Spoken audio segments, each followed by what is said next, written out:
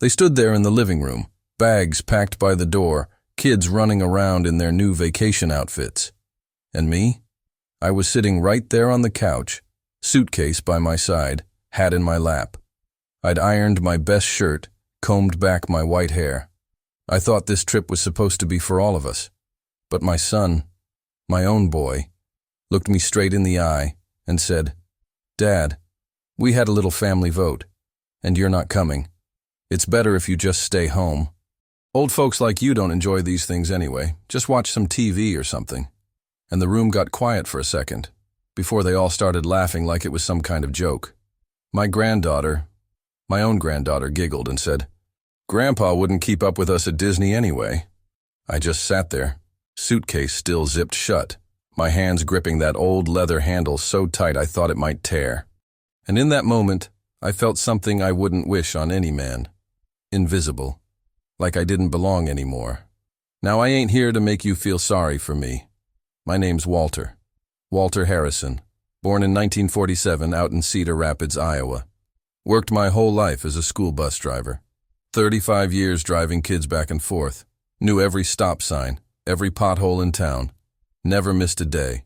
Raised my boy Nathan on honest work and Sunday church. Paid off my little house. Kept my old Chevy running. Made sure he had what he needed. His mama, God rest her soul, passed 12 years ago. After that, it was just me and Nathan's family. Holidays, Sunday dinners, family trips. I thought I was still part of all that. Until that day.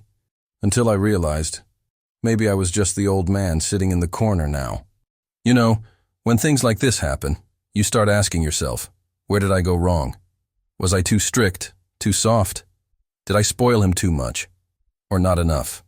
It's a bitter thing, sitting there with your suitcase packed and nowhere to go. But let me tell you something. Life has a way of turning around, even when folks think you're down for good. Stay with me till the end. And if this story reminds you of anything, leave a comment. Let me know where you're watching from. I'd love to hear your story too. So there I was, Sunday morning. They were heading to the airport, all shiny and dressed up like one of those fancy magazine families. I watched them pile into the SUV, windows down, music playing. My grandson even waved at me like it was nothing, like it was normal leaving Grandpa behind. I didn't wave back. I just sat real still, suitcase beside me. I waited until I couldn't hear their car anymore. That quiet, that kind of silence. It's not the same as when you're alone by choice. No, it's heavier, like a weight on your chest. But then, as I sat there in that empty house, something inside me changed. I don't know if it was pride, or hurt, or just plain stubbornness. I got up, walked into my bedroom, opened the drawer where I kept things I never told anybody about, things I'd saved from before Nathan was even born. Back then, I didn't have much, but I'd made some smart choices. Some quiet choices. I pulled out an old envelope, yellowed with time, and inside, well, that's a story for later. For now, all you need to know is, I didn't sit there feeling sorry for myself. I stood up, I dusted off my shoes, and I decided, if they didn't want me on their trip, maybe it was time I took a little trip of my own, one they'd never see coming. That's the thing about old men like me, people forget. They think we've got nothing left up our sleeves, but we do. Oh, we do. And as I zipped up my suitcase once more, this time not for their trip, but for mine, I heard a sound outside, tires on gravel. I froze. Was it them, coming back? Did they forget something? Or was it someone else entirely? That moment, standing there in the hallway, suitcase in hand, heart pounding like I was 30 again. I knew my life was about to change, and I wasn't done yet. I remember standing by that front window, curtain pulled back just a little, eyes squinting through the late morning sun. The driveway was empty. They were really gone. My own family. My own son. I still held the suitcase in my hand like some kind of fool. 35 years driving that yellow bus, waking up before sunrise, making sure other people's kids got where they needed to be. And now, I couldn't even get a seat in my own family's car. You know, I once heard a preacher say, life ain't about what folks give you. It's about what you do when they take everything away. That morning felt exactly like that.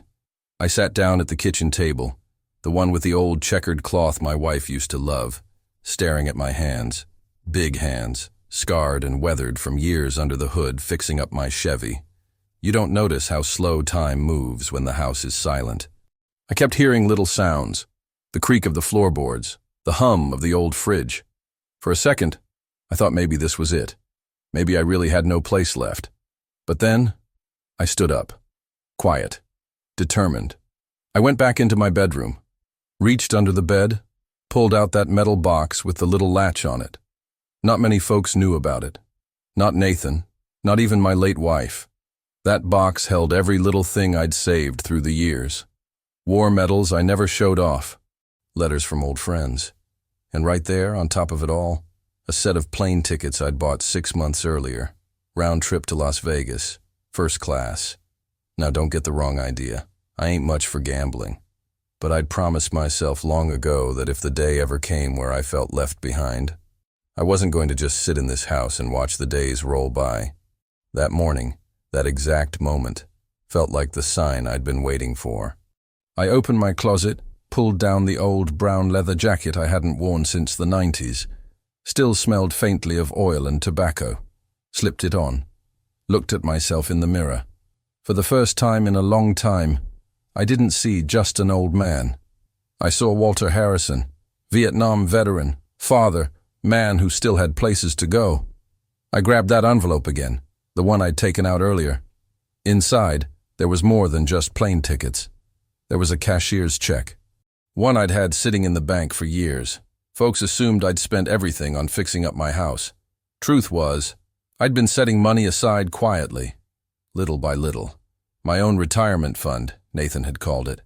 But he never asked how much was in there. Truth was, more than he could guess. I tucked everything in my suitcase, locked the house up tight. And then, for a second, I just stood there on the front porch, looking out at that empty street. Now here's something most folks don't know. The quiet before a big change. It don't feel loud.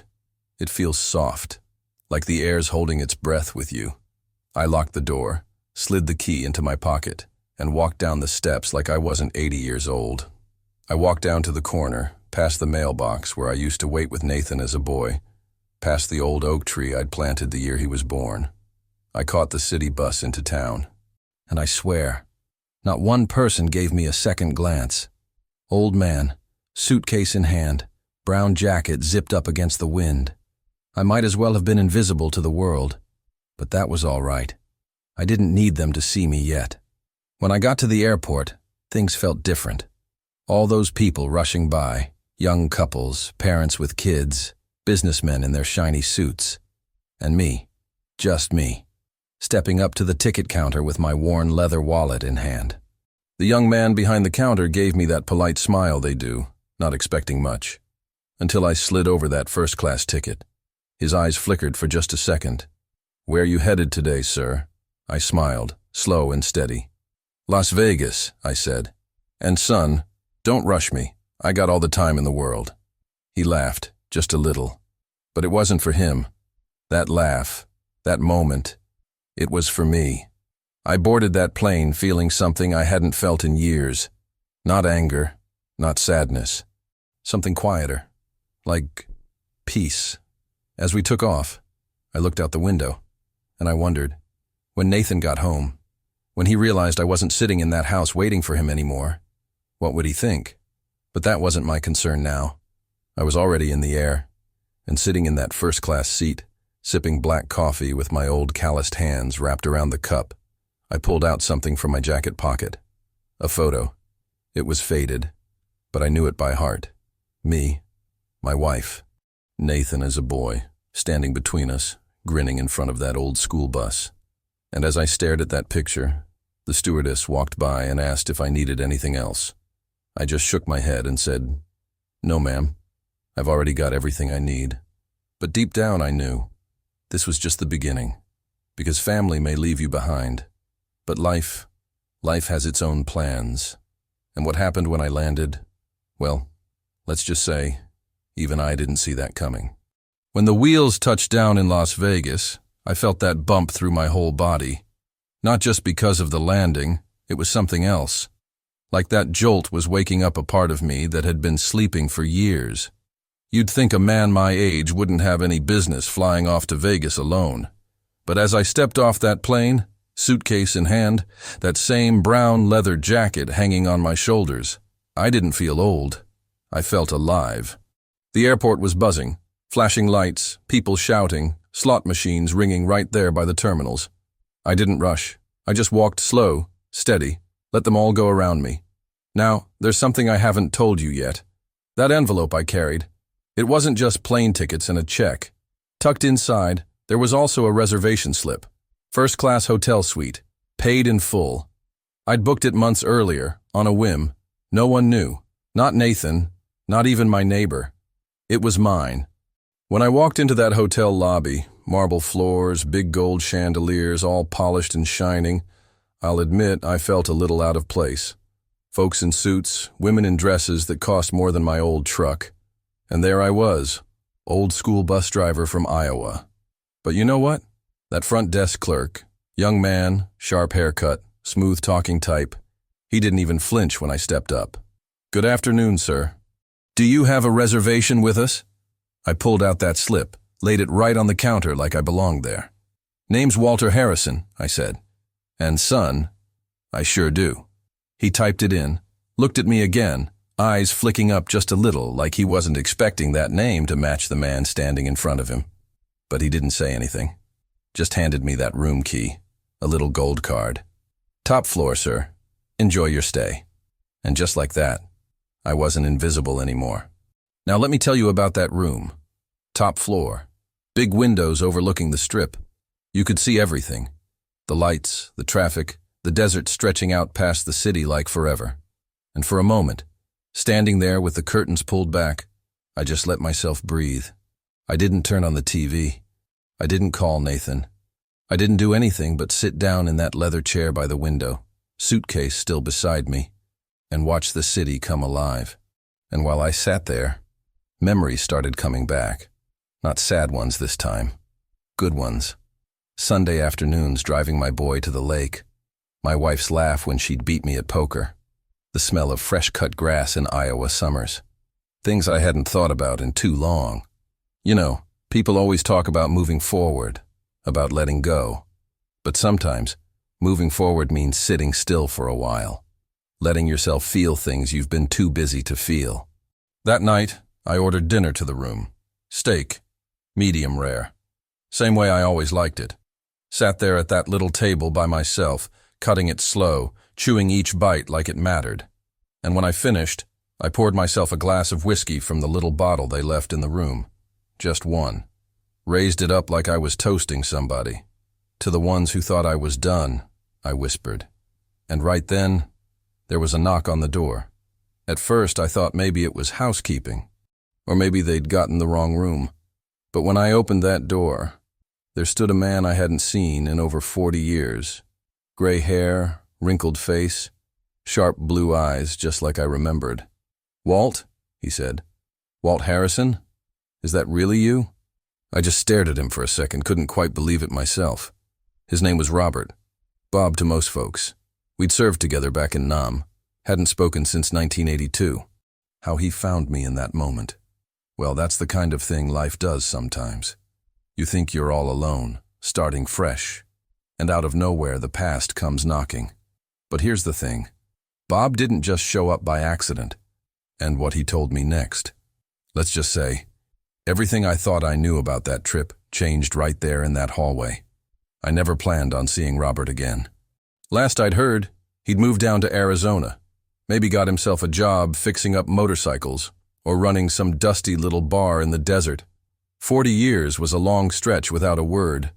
And yet, there he was, standing in my hotel doorway like no time had passed at all, gray hair slicked back, leather jacket worn thin in the elbows, but the same sharp blue eyes I remembered from the jungles of Nam. My first instinct was to think it was some kind of mix-up. Maybe he had the wrong room. Maybe he wasn't even real. I stood there in the doorway with my hand still on the knob, staring at him. "Walt," he said again, slower this time. "That really you?" I cleared my throat, didn't answer right away. just stepped back and opened the door wider, letting him inside without a word. He stepped in like he'd been expected all along, same quiet confidence he always carried back in the day. The room suddenly felt smaller with him in it, both of us standing there in silence like two ghosts. I finally managed to say, "Bob, what in the hell are you doing here?" He gave a half smile, looking around the place like he was taking stock of me through my surroundings. "Saw your name on the check-in list downstairs," he said. "Didn't think it could really be you, but I figured I'd take a shot." He shrugged, like it was nothing. "It's been a long time, man." I pulled out one of the chairs by the little table near the window and sat down, motioned for him to do the same. We both sat there across from each other. Two old men now. But I swear for a minute I saw us both 25 again. Boots in the mud, helmets tilted back, cigarettes burning low. We didn't jump straight into the past. Men like us don't. It started with small things. "How long you been in town? Where you living these days?" Turns out Bob had ended up in Reno after all, not Arizona. Owned a little shop fixing up outboard motors, lived alone. Wife passed 5 years back, no kids. Said he'd heard through the old VA network that I'd come into a little money. Maybe some kind of payout or retirement deal. That caught me off guard. I'd never told anybody about my accounts or those old investments I kept quiet all those years. But word travels in funny ways, I guess. I leaned back in my chair, looked him square in the eye. "So that's why you're here?" I asked, not angry exactly, just clear. "You heard I was sitting on something?" Bob shook his head slow. "No, Walt. Ain't like that. I swear. I just saw your name. Got curious. Missed talking to someone who remembered the same mud and rain." For a while, we just sat there. 2 black coffees cooling in front of us, untouched. The city lights flashing outside the window, casting slow-moving reflections on the floor.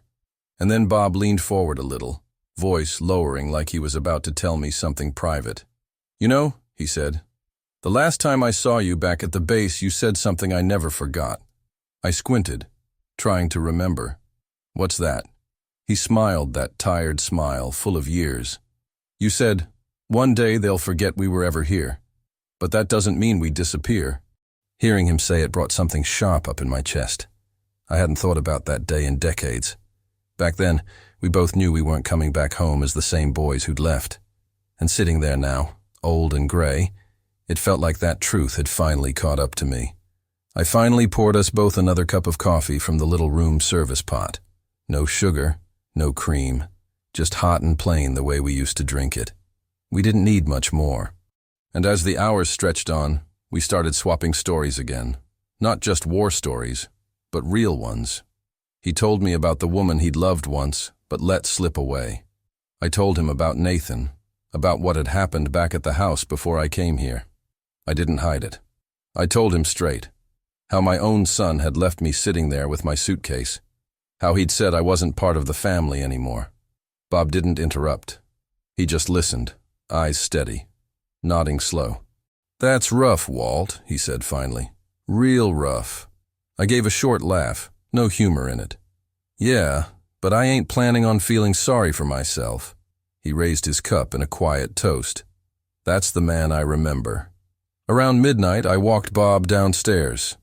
We stood outside under the big awning, lights buzzing overhead, people still rolling their suitcases past us heading in and out of the lobby. It never sleeps, that city. He stuck out his hand, and I took it, 2 old men shaking hands like it meant something. "If you ever want to come out to Reno," he said, "got a spare room. Nothing fancy, but it's there." I nodded. "I appreciate that, Bob, really do." And then he was gone. Walking off down the strip, head high, leather jacket catching the neon glow. I went back up to my room, sat down in that same chair by the window. This time I didn't feel quite so alone. Seeing Bob reminded me of something I'd been trying not to admit to myself. I wasn't done yet. I still had things to do. Maybe not the kind my family would care about, but things for me. I pulled out that old photograph again. Me, my wife, Nathan as a boy, and for the first time since leaving home, I let myself really look at it. Look at it without anger, without bitterness, just memory. But even as I sat there, eyes tired, back aching from the long day. Something in my gut told me things weren't as simple as they seemed. That meeting with Bob, out of nowhere, after 40 years, it wasn't just chance. And sure enough, the next morning, I found a letter slid under my hotel room door. No name on the front, just my room number scribbled in blocky handwriting. I picked it up, heart thudding in my chest. Because whatever was inside, I had a feeling it was going to change everything again. When I woke up that morning, it wasn't from the sunlight slipping through the heavy curtains or the hum of the city outside. It was the weight of that letter. It had been there all night, slid under my door while I slept. A plain white envelope, no name, no logo, just room 1703, scribbled in rough, blocky handwriting like a man who didn't care much for neatness, only for getting a message across. I sat there on the edge of the bed, holding it in my hand for a long minute before I opened it. You know how sometimes you just know? Like before a storm breaks or before the phone rings? That's how it felt. I knew whatever was inside wasn't just some welcome note or casino promotion. I tore it open slow. Inside was a single sheet of paper. No signature, no greeting, just a sentence written in thick black marker. Your son is looking for you. I stared at those words, heart knocking hard against my ribs. At first I thought maybe it was a joke, or maybe some mistake. But no, deep down I knew. Nathan, my son. Somehow he knew I was here. Maybe he'd come home and found the house empty. Maybe he'd called around. I didn't know how, but the fact was, he was looking for me now. And here's the thing. Part of me felt a flicker of something close to satisfaction. Like maybe now he understood what it meant to have someone just gone. But there was something else under that. A weight I hadn't felt in years. A mix of anger, hurt, and something quieter. Regret, maybe. I folded the letter up, slipped it into my jacket pocket, and stood up. I didn't rush downstairs. I didn't call the front desk or start asking questions. No. I took my time, brushed my teeth, shaved slow, combed my hair the same way I always did, pulled on my brown leather jacket like I was heading out for another ordinary day. Walking through that lobby felt different now. Yesterday I'd been invisible, a quiet old man among crowds who didn't notice. Today it felt like every eye was on me. Not because they really were, but because my mind was racing with the thought, was Nathan in this city right now? Was he standing on some street corner calling my name, pretending now that I mattered again? I stepped outside into the heat. Vegas sun already climbing high. I didn't head for the casino or the strip. Instead, I turned left, walked down toward one of those little breakfast diners tucked between all the flash and lights. Nothing fancy, just coffee and eggs and quiet. Sat down at the counter like I had 100 times before in my life, nodded to the waitress. "What'll it be, hun?" she asked. "Black coffee. Eggs over easy. Toast. Dry." She scribbled it down, moved off, and I sat there staring at my own reflection in the mirror behind the bar. 80 years old, white hair combed neat, jacket creased right along the shoulders, and eyes that looked older than all of it. Halfway through my meal, I pulled out the letter again. Read it one more time. Your son is looking for you. 4 words, but it felt like they carried 40 years behind them. I sat there turning it over in my mind, trying to figure who would have sent it. Maybe someone from back home. Maybe even Bob. But that didn't sit quite right.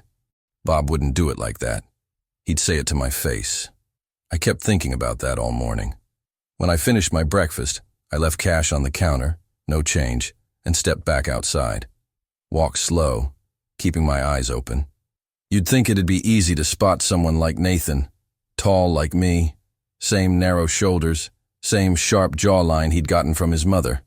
But Vegas is a big place. You can lose a person easy here. By midday, I found myself sitting on a bench just outside one of those big hotels, watching the tourists shuffle past. I thought back to when Nathan was little, maybe 7 or 8, how we'd drive out to the lake on Sundays after church. He'd sit in the passenger seat of my truck, feet not even touching the floor yet, talking my ear off about whatever cartoon he'd seen that morning.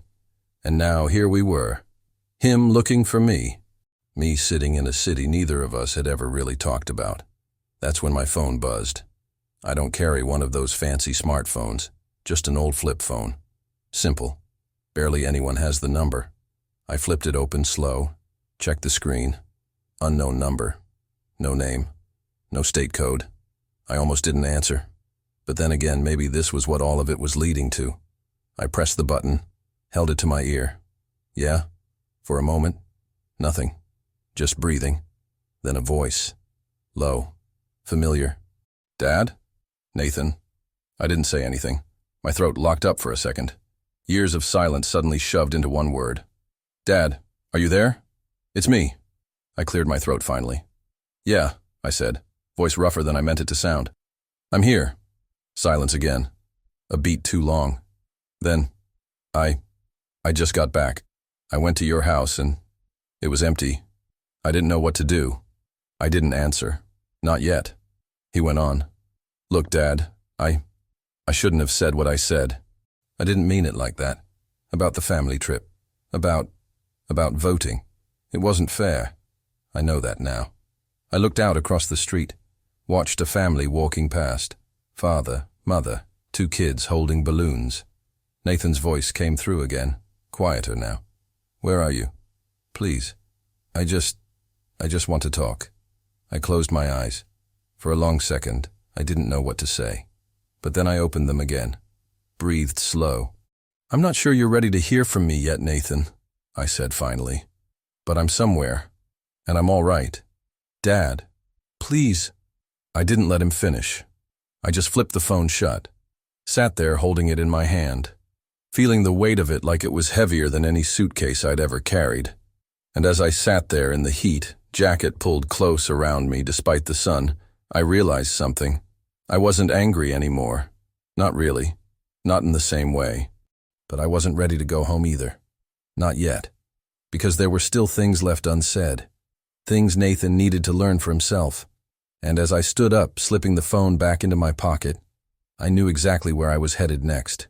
It wasn't back to the hotel, and it wasn't back to Iowa. It was someplace else entirely. A place where old men go when they've got something left to prove. After I shut that phone, I didn't move for a long while. I just sat on that bench, the heat of the Vegas sun pressing down on my shoulders through my old leather jacket. My hands rested on my knees, fingers tapping slow and steady, like the ticking of a clock. I kept thinking about Nathan's voice, that same boy I used to carry on my shoulders when he got too tired walking back from the fishing pier. Now he was a grown man, calling me like he'd just figured out I wasn't where he left me. But I wasn't ready to talk. Not fully. Not yet. So I stood up, stretched my back until it popped the way it always did after sitting too long, and I started walking. No destination in mind, just moving. Feet hitting the pavement slow and sure. Same way I'd walked up and down the hallways back when I drove the school bus. I didn't want lights or crowds. I wanted somewhere quiet. Somewhere I could hear myself think. And that's when I remembered Fremont Street. Back in my younger days, long before Nathan was born, I'd passed through Vegas once or twice on my way to California. Fremont wasn't like the Strip. No marble floors or gold-trimmed elevators, just old neon signs, street performers, and folks who didn't care if you had a suit or a trucker's cap on. That felt more like my kind of place. It took me a good hour to walk there. I didn't rush. Every block I passed, I watched people, couples holding hands, old men playing chess outside diners, young kids skateboarding past like they owned the world. Funny thing about life.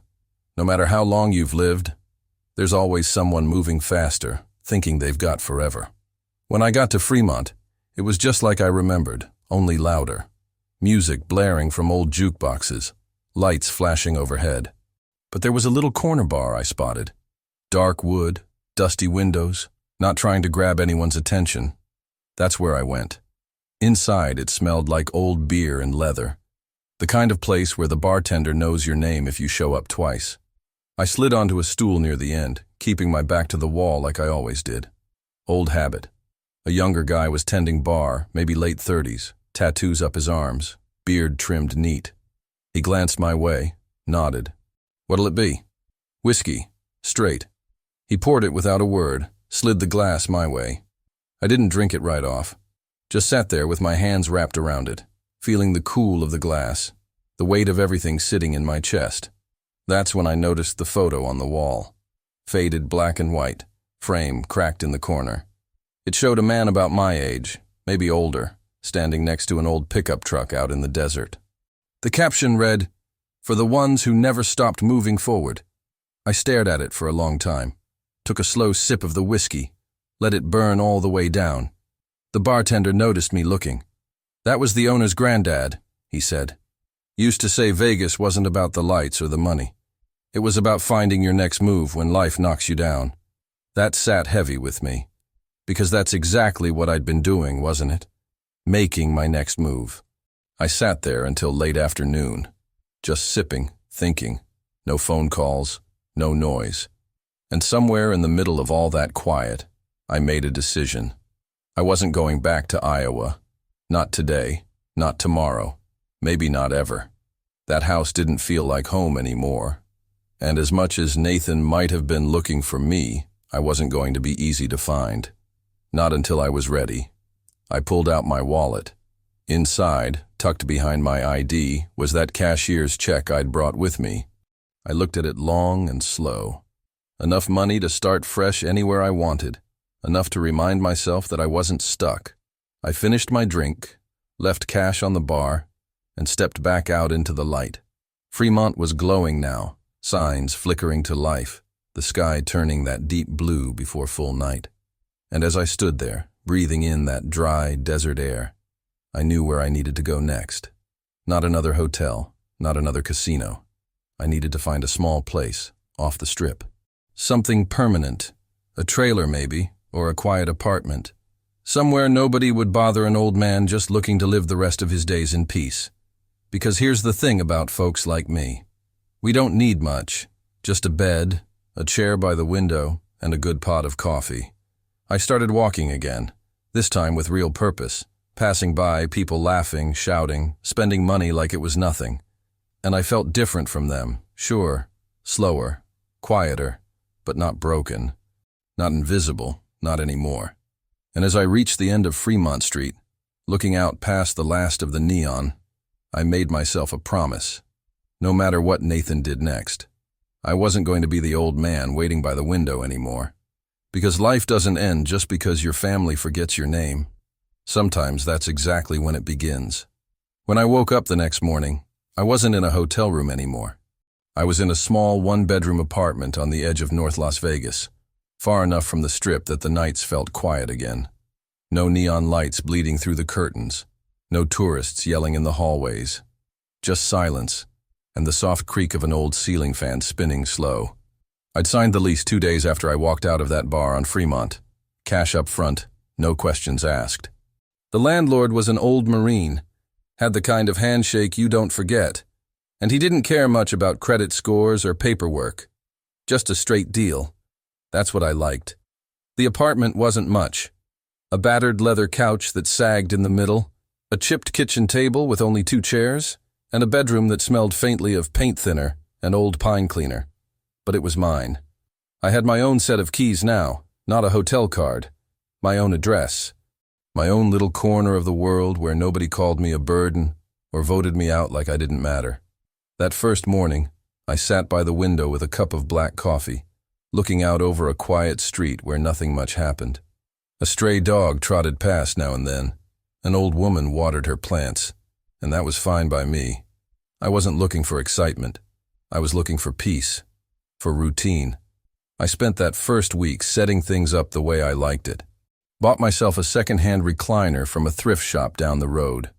Picked up a coffee maker, simple, just 1 button. No fancy machines. Stocked the fridge with eggs, bacon, and a 6-pack of cold beer. And every night, I'd sit out on the small balcony, a rusted metal railing keeping me company, watching the sunset dip below the desert hills in the distance. During those quiet nights, I started thinking about Nathan again, wondering what he'd said to the neighbors when he realized I was gone, wondering if he'd called around or just chalked it up to me getting tired of things and wandering off. But I didn't call him. Not once. I kept my phone turned off most of the time now. Slipped it into the top drawer of the kitchen, under a pack of playing cards and an old lighter I hadn't used in years. One night, maybe a week after I moved in, I pulled out that envelope again, the one I'd been carrying since Iowa. The cashier's check was still inside, untouched. I could have cashed it already, bought myself a car, maybe even a better place than this. But I hadn't, because it wasn't about the money. It was about knowing I could start over if I wanted to, about having that choice. That night, as the sky turned deep purple, I grabbed a notebook from the grocery store next door, sat down at the kitchen table with a pen in my hand and started writing. Not a letter to Nathan, not yet. Just thoughts, memories, things I didn't want to forget. Stories about my wife, about driving the school bus through snowstorms in the winter, about the first time I held Nathan when he was born. Things no one ever asks old men about anymore, like all those memories don't count once your hair turns white. I wrote slow, filling page after page, until my hand cramped up. And when I finished, I closed the notebook and left it right there on the table. Didn't lock it away, didn't hide it. Because maybe someday, someone would come looking for it. And if they did, I wanted them to find something worth reading. That night, before turning in, I walked out onto the balcony again. The air was cooler now, desert wind sliding through the buildings. I leaned on the railing, breathing slow. And that's when I saw it. A black car, parked down the street. Engine running, lights off. At first I thought nothing of it. Just another neighbor coming home late. But then the driver's door opened. A figure stepped out. Tall, broad-shouldered. And even from where I stood, I recognized the shape of him. Nathan. He was here. He didn't walk up to the building, didn't call out. He just stood by the car, hands in his pockets, looking up at the windows, like he wasn't sure which one was mine. Or maybe he was too proud to come knock. I didn't move. I didn't wave. I just stood there, half hidden in the shadows of my little balcony, watching my own son stand there in the dark, looking lost. And that's how the night passed. 2 men, 2 Harrisons, each waiting for the other to make the first move. I didn't sleep that night. Not really. I sat in my chair by the window, watching the streetlight flicker outside and thinking about Nathan standing there by his car. After a while, he must have left. I didn't hear the engine, didn't watch him drive away. I just knew when I looked out again, the spot where his car had been was empty. That's how things had always been with Nathan, coming close, then pulling back before either of us could say what really needed saying. But that night felt different. It wasn't like before when I'd sit by the door waiting for the phone to ring. This time I wasn't waiting. I was deciding. The next morning, I got up before the sun. Didn't bother with breakfast. Just poured myself a black coffee, threw on my jacket, and walked out the door. No suitcase this time. No long goodbyes to an empty room. Just my hands in my pockets and the desert air cool against my face. I walked 2 blocks over to the old bus station. Same place I'd passed a dozen times before but never stepped inside. Bought myself a ticket south. Didn't even check where exactly it stopped. Just far enough to clear my head. The ride was quiet. I sat in the back, same way I always had. Old habit from the bus days. Watched the desert roll by through dusty windows. Thought about all the years I'd spent trying to make sense of things. Marriage, raising a boy, paying off a house. And now here I was, pushing 80, still trying to figure out how a man's own son could make him feel like he didn't belong. When I got off, it was some small town outside Henderson. Not much there. A diner, a gas station, a hardware store. That was all I needed. I found a bench outside the diner, sat down, and pulled out my notebook again. Opened it to a blank page and just stared for a while. I wasn't sure what I was waiting for exactly. Some kind of sign, maybe. Or maybe just peace. That's when I heard footsteps. Slow, steady. I didn't look up right away, but I knew. I knew before I heard the voice. Dad. It was Nathan. I closed the notebook, set it down on the bench beside me and looked up at him.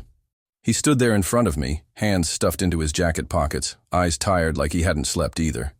For a second, neither of us said anything. Then he sat down next to me.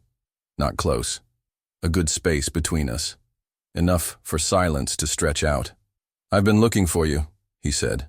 His voice wasn't sharp this time. It was quiet, real. I didn't answer right away. Just picked up the notebook again, flipping it closed slowly. "I saw you," I said finally. "That night. Out by the car." He nodded, looked down at his hands. "Didn't know if I should come up. Figured maybe you didn't want to see me." "Maybe I didn't," I said. But there wasn't anger in it, just truth. He sat there, jaw tight like he was holding something back. "I messed up, Dad." He said it like it hurt. "That day. The family trip. I thought I was doing what was best for everyone. But all I did was push you out. I see that now." I stared out across the street. An old man swept the sidewalk in front of the hardware store. The kind of small moment that sticks with you for no good reason. "I ain't looking for an apology," I said slowly. "I've had a long time to sit with it. But I need to say it," Nathan said. "I need you to hear it." We sat there in silence again. Cars passing now and then, but mostly quiet. Finally, I turned to him. Really looked at him for the first time in a long time. His hair was graying at the temples now. Lines around his eyes I hadn't noticed before. He wasn't a boy anymore. He was a man carrying his own weight now. "You got your own family, Nathan," I said. "Your own life. I ain't trying to fit back into it if that's not where I belong." "That's not it," he said quickly. "I want you in it. The kids. They keep asking about you. Ever since we got back home. They don't understand what happened. I don't even think I do." I breathed in slow, held it in my chest a moment before letting it go. "I had to get out," I said finally. "I had to make a place for myself. Somewhere I wasn't just waiting for someone to remember me." He nodded, shoulders sagging like a weight finally slid off. "I get that," he said. "I really do." Another long pause. Then he reached into his pocket, pulled out something wrapped in an old napkin, handed it to me without a word. I unfolded it slow. Inside was a small photograph, one I hadn't seen in years. Me, Nathan, his mother, all three of us standing out by the school bus on my last day before retirement. Someone had written in faded ink across the bottom, "Always family." I stared at it, throat tightening up against my will. "Mom kept that in her Bible," Nathan said quietly. "After she passed, I kept it. I guess I forgot what it meant for a while." I folded the photo back up, slipped it into my jacket pocket next to the notebook. "I ain't coming back to Iowa right now," I said. "Maybe not ever, but that doesn't mean I don't care." "I know," he said, "and that's enough." For the first time in a long time, I felt something ease up inside me. Not forgiveness exactly, but something close. And as we sat there, father and son, on that bench in a town neither of us had ever planned on stopping in, I realized something. Sometimes the hardest thing isn't walking away. It's knowing when to sit back down. A week passed after that bench in Henderson. Nathan didn't press me. He didn't ask for me to come back home, didn't beg for forgiveness or try to fix things too fast. And I appreciated that. Some things between a father and son don't get patched up with just one talk, no matter how good the intentions are. I stayed in my little apartment in North Vegas, same as before. Woke up early, brewed my coffee, sat by the window watching the same quiet street. I kept the photo Nathan had given me folded in my jacket pocket. Every now and then, I'd pull it out, smooth the edges flat against my knee, and look at it until my chest tightened just enough to remind me I was still alive. But something had changed in me. Not loud, not obvious. More like a quiet shift inside my bones, like a weather front passing through while you sleep.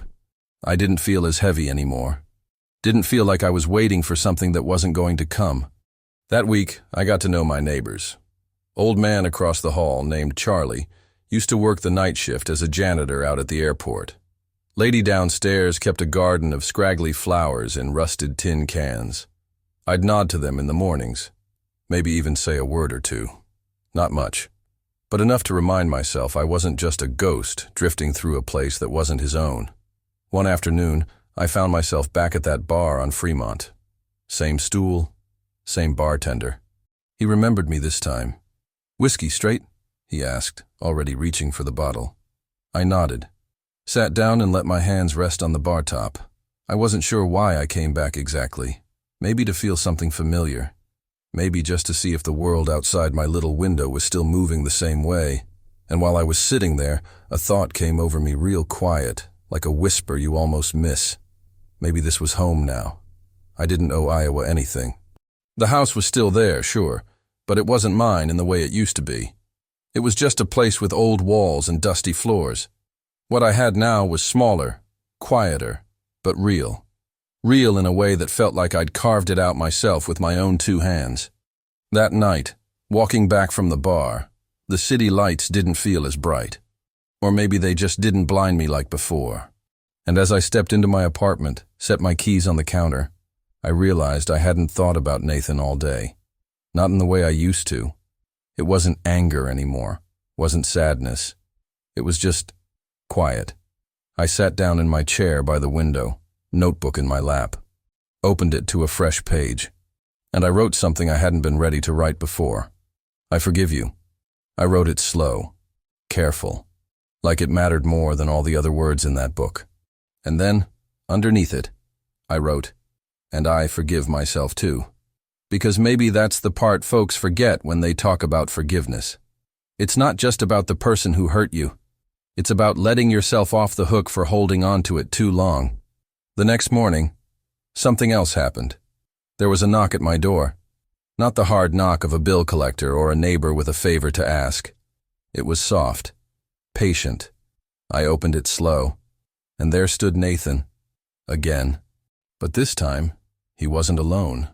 Beside him stood my granddaughter, Lily, 12 years old now, tall for her age, hair pulled back in a braid just like her grandma used to wear. She didn't say anything at first, just looked up at me with those big eyes like she wasn't sure if she should smile or cry. And then she stepped forward, real quiet, and hugged me. I didn't move right away. My arms just hung there at my sides, like I didn't know what to do. But then, they lifted, wrapped around her slow and careful, like I was holding something fragile I hadn't touched in years. Nathan stood there watching. He didn't say a word. After a moment, I stepped back, cleared my throat. "You two want to come in?" Nathan nodded. Lily did too. And that was it. We didn't have some big talk right then. No speeches, no long apologies or promises. We just sat at my little kitchen table. I poured 3 mugs of coffee. Well, 2 coffees and 1 glass of milk for Lily. And we sat there while the world outside my window kept moving on, same as always. Only now, it felt quieter. And I finally felt like I was exactly where I was meant to be. You know, when I sat down to start telling this story, I didn't expect it would take me all the way here, sitting at my little kitchen table, coffee cup in hand, with my son and granddaughter beside me. For years, I carried around this weight. I thought maybe if I just disappeared, maybe if I stayed quiet, the world would move on without me. But life doesn't work like that. The things we leave unsaid, the things we carry in our chest too long, they don't just vanish. They wait. They wait until you're ready to sit down, look someone in the eye, and say what needs saying. That morning with Nathan and Lily wasn't loud. It wasn't full of apologies or big speeches. We just sat there. A family. Broken maybe, but not lost. I made scrambled eggs. Nathan washed the dishes after. Lily asked if I had any old photos to show her. Small things, quiet things, the kind of things you miss when you're too busy holding on to anger. Later that afternoon, Nathan stepped outside to take a call. Just me and Lily left at the table. She looked at me, eyes wide, curious in that way kids always are. "Grandpa," she asked, "why did you move here all alone?" I set my coffee cup down slow, looked out the window for a long moment before answering. "Because sometimes," I said, "you gotta make a place for yourself first, before you can let anyone else back in." She seemed to think about that, nodding slow like she understood more than her years should allow. That night, after they left, I sat by the window like I always did. Same old chair, same old notebook in my lap. But this time, it wasn't about writing down regrets. It was about leaving something behind that meant something. So here it is. If you're hearing my story now, if my voice is reaching you, wherever you are, I want you to remember one thing. It's never too late to start over. I don't care how old you are. I don't care how many miles you've walked carrying something heavy in your heart.